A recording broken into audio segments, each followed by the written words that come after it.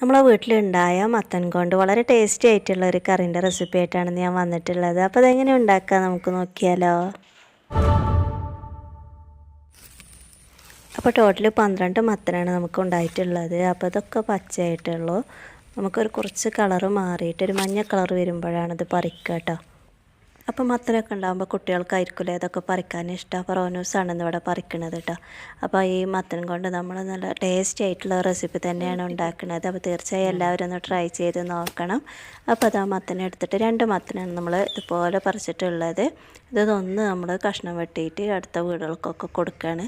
അതുപോലെ തന്നെ നമ്മളും എടുക്കുകയാണ് കേട്ടോ. ഇതിനു മുമ്പ് മത്തനും മത്തൻ്റെ ഇലയും കൂട്ടിയിട്ട് അതുപോലെ തന്നെ മത്തൻ കറിൻ്റെ ഒക്കെ റെസിപ്പീസ് അതുപോലെ തന്നെ മത്തൻ പായസമൊക്കെ ഞാൻ ചെയ്തിട്ടുണ്ട്. വീഡിയോ കാണാൻ ഇഷ്ടമുള്ളവർ ചാനലിൽ കയറി കണ്ടെന്ന് സപ്പോർട്ട് ചെയ്യാൻ മറന്നു പോവല്ലേ.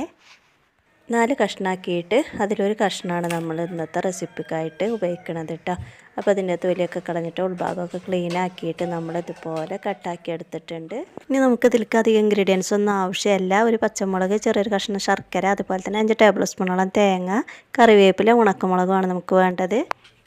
അപ്പോൾ നമുക്ക് പെട്ടെന്ന് തന്നെ വീഡിയോയിലോട്ട് പോവാം. അതുപോലെ ഒരു കുക്കറിലേക്ക് നമ്മൾ കട്ടാക്കി വെച്ച മത്തനിട്ട് കൊടുത്തു. അതിനുശേഷം ഒരു 1/4 ടീസ്പൂണോളം മുളക് പൊടി, 1/4 ടീസ്പൂണോളം മഞ്ഞൾപ്പൊടി, ഉപ്പ്, പിന്നെ നമ്മൾ കട്ടാക്കി വെച്ച പച്ചമുളക് ഇട്ട് കൊടുക്കുകയാണ്.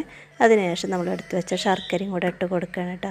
അപ്പോൾ നല്ല ടേസ്റ്റി ആയിട്ടുള്ള റെസിപ്പി തന്നെയാണ്. തീർച്ചയായും എല്ലാവരും ഒന്ന് ട്രൈ ചെയ്ത് നോക്കണം. ഇനി ഒരു ഗ്ലാസ്സോളം വെള്ളം ഒഴിച്ചിട്ട് ഒരു വിസിലിന് നമ്മളത് വേവിച്ചെടുക്കുകയാണ്. അപ്പം നമ്മളെ വീട്ടിലുള്ള മത്തനായതുകൊണ്ടാണ് ഞാനൊരു വിസിലെന്ന് പറഞ്ഞത്. ഇതാ ഒരു വിസിലിനാണ് നമുക്ക് നല്ല പോലെ വെന്ത് വന്നിട്ടുണ്ട്. ഇനി നമുക്കതൊരു പാത്രത്തിലേക്ക് മാറ്റി കൊടുക്കാം. അതിനുശേഷം നമുക്കൊരു ചട്ടി ഗ്യാസിൽ വെച്ചിട്ട് ഞാനിവിടെ മൺചട്ടിയാണ് വെച്ചിട്ടുള്ളത്. അതിലേക്കൊരു 5 ടേബിൾ സ്പൂണോളം വെളിച്ചെണ്ണ ഒഴിച്ചു കൊടുത്തിട്ട് അത് നല്ല പോലെ ചൂടായി വരുമ്പോൾ നമ്മൾ ഒരു ടീസ്പൂണോളം കടുകാണ് ഇട്ട് പൊട്ടിക്കുന്നത്. അത് നല്ല പോലെ പൊട്ടി വരുമ്പോൾ 1/4 ടീസ്പൂണോളം ചെറിയ ജീരകം ഇട്ട് കൊടുക്കുകയാണ്. അതും ഒന്ന് പൊട്ടുമ്പോൾ ഒരു വറ്റൽമുളകാണ് ചേർത്ത് കൊടുക്കുന്നത്. എരിവിനനുസരിച്ച് വറ്റൽമുളകൊക്കെ ചേർത്ത് കൊടുക്കുക കേട്ടോ. അതിനുശേഷം ഒരു തണ്ട് കറിവേപ്പിലയും കൂടെ ഇട്ട് കൊടുക്കുന്നുണ്ട്. അതും കൂടെ ഒന്ന് പൊട്ടി കഴിയുമ്പോൾ നമ്മൾ ചിരകി വെച്ച 5 ടേബിൾ സ്പൂണോളം തേങ്ങ അതിലേക്ക് ഇട്ട് കൊടുത്തിട്ട് നല്ലൊരു ഗോൾഡൻ ബ്രൗൺ കളർ ആവുന്നത് വരെ ഒന്ന് വഴറ്റിയെടുക്കുകയാണ്. അപ്പോൾ ഇത്രയേ ഉള്ളൂ. വളരെ ടേസ്റ്റി ആയിട്ടുള്ള നമ്മുടെ റെസിപ്പിയുടെ റെഡി ആയിട്ടുണ്ട്. നമുക്ക് ചോറിൽക്കൊക്കെ കൂട്ടി കഴിക്കാനായിട്ടൊക്കെ നല്ല ടേസ്റ്റാണ്. കുട്ടികൾക്കും മുതിർന്നവർക്കൊക്കെ ഒരുപാട് ഇഷ്ടമാവും. അപ്പോൾ എല്ലാവരും ഒന്ന് ട്രൈ ചെയ്ത് നോക്കണം. തേങ്ങ നല്ല പോലെ ഒരു ഗോൾഡൻ ബ്രൗൺ കളർ ആകുമ്പോൾ നമുക്ക് ഗ്യാസ് ഓഫ് ചെയ്യാം. അതിനുശേഷം നമ്മൾ വേവിച്ച് വെച്ച മത്തനിലേക്ക് ഇത് ഒഴിച്ചു കൊടുക്കുകയാണ്. അപ്പോൾ വളരെ സിമ്പിളായിട്ട് നമുക്ക് ഉണ്ടാക്കിയെടുക്കാൻ പറ്റിയ ടേസ്റ്റി ആയിട്ടുള്ള റെസിപ്പി തന്നെയാണ്. തീർച്ചയായും എല്ലാവരും ഒന്ന് ട്രൈ ചെയ്ത് നോക്കണം.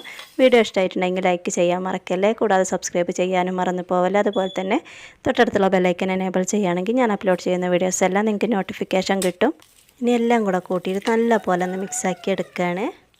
വീഡിയോ ഇഷ്ടമായ നിങ്ങളുടെ ഫ്രണ്ട്സിനും റിലേറ്റീവ്സിനൊക്കെ ഒന്ന് ഷെയർ ചെയ്യാനും മറന്നു പോവല്ലേ. അടുത്തൊരു വീഡിയോയിൽ കാണുവരെ എല്ലാ കൂട്ടുകാർക്കും അസ്സലാമു അലൈക്കും.